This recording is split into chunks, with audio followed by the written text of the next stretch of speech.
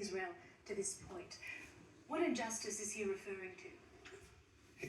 Thanks firstly for having me on today. The injustice he's talking about is the fact that Palestinians have been subject to an Israeli war for 75 years, Mariam. For 75 years, day in and day out, the images that you've just shown have been occurring, but the victims have been Palestinians. And we don't get to see those on media and in the West. That injustice has been going on since the creation of the State of Israel, and Palestinians surely have the same rights as every other people to self-determination. What has led to this point in particular in recent times in terms of expanding settlements in the region and an escalating tension leading up to Saturday? Well, if we just look at the past week, take yesterday out of context, just at the past week, we've had an Israeli minister, Smotrich, calling for an entire village to be wiped out. We've had 5 Palestinians killed, 4 by the army, 1 by a rampaging, pogrom-like settler group that had killed a Palestinian boy, a 16-year-old boy. They've destroyed crops, stolen stock, burnt down houses and cars. The situation in Palestine is just unbearable. In the past couple of days, we've had the storming of Palestinian religious sites, the Dome of the Rock, the Islamic Dome of the Rock, but also Palestinian churches. There's vision being circulated widely of Palestinian Christians and other Christians being spat on by Israeli settlers. The situation in Palestine is just horrific. This is Miriam, a day-by-day war by Israel on the Palestinians. And to expect no reaction from the Palestinians is just to beg a belief. We spoke about the last week, but for our viewers who might not understand the context, the wider context of this conflict, can you talk to us about how it's evolved historically from the Palestinian perspective? Well, from the Palestinian perspective, we were made to pay for the crimes of the Holocaust.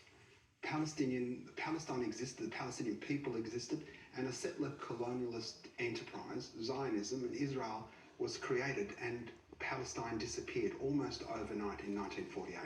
And what we have now is Palestinians who are indigenous to Palestine, to that land, who are not invading.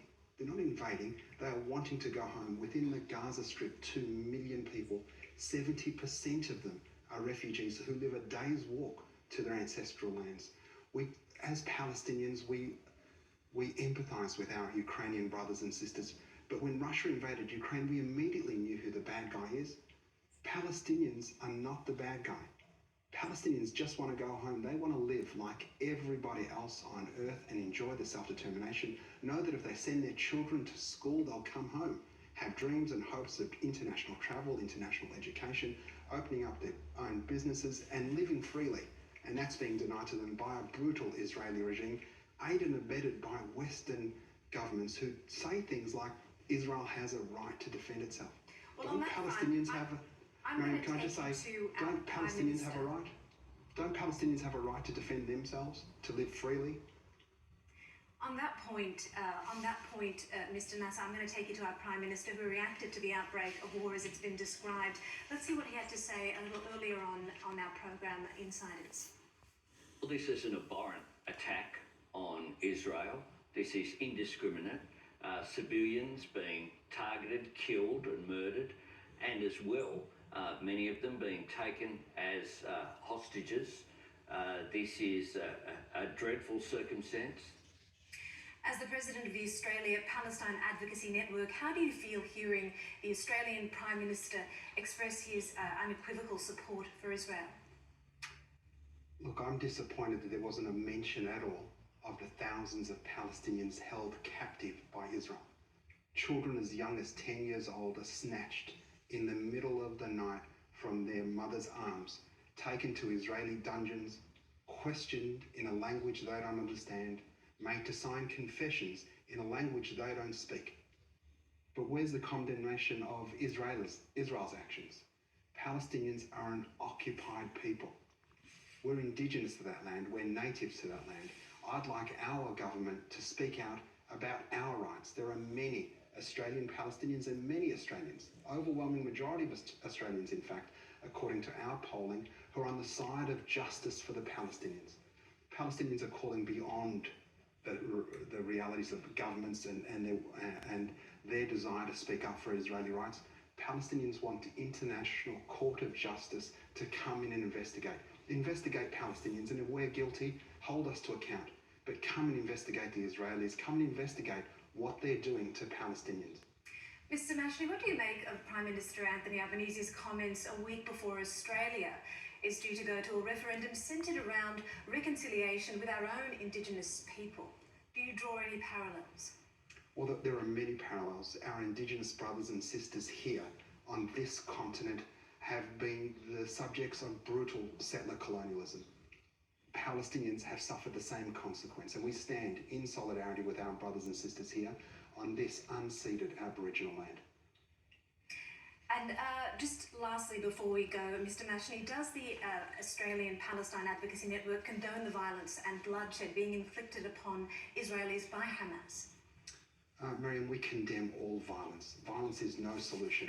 The Palestinians have been asking for justice for 75 years. We've negotiated. The White House Lawns handshake of President Arafat, Shimon Peres, and Yitzhak Rabin was 30 years ago. 5 years after that, now 25 years ago, Palestine was supposed to have a state. Israel only has to abide by international law. Since then, 25 years since Palestine was supposed to be a state, 750,000 illegal Israeli settlers live in what's supposed to be Palestine. There are no Palestinians in there. They have their own roads. They have their own laws. Palestinians use the Israeli shekel, lick postage stamps that have David Ben-Gurion's picture on it, Israel's first prime minister. The world is waking up to the fact that Israel is committing the crime of apartheid. International human rights organisations are agreeing with it, Amnesty International, Human Rights Watch. Israel's own two preeminent human rights organisations, B'Tselem and Yeshdin, both charge Israel with the crime of apartheid. It's past time for the world to wake up and help the Palestinians achieve their just rights to self-determination, to live peacefully and freely in their own lands. Palestinians are not children of a lesser God. We're entitled to the same freedoms as anyone else, and anyone that expects that Palestinians have to have less so that Israelis can be safe are just racist, and that's unacceptable in today's age. Nasser Mashi, the president of the Australia-Palestine Advocacy Network, we thank you very much for sharing your insights here with us on ABC News. Thank you so much, Marion.